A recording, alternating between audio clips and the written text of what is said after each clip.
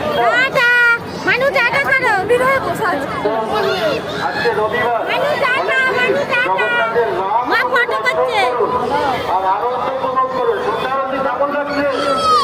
মানু টাটা দাও আরো নাচানাচি হবে।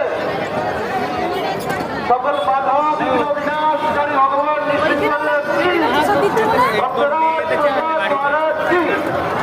জগৎগুরু শুভ প্রভুপাদ এই করে সামনে যে এটা আছে না লাইনটা ওর মেয়ে ওদের ছেলে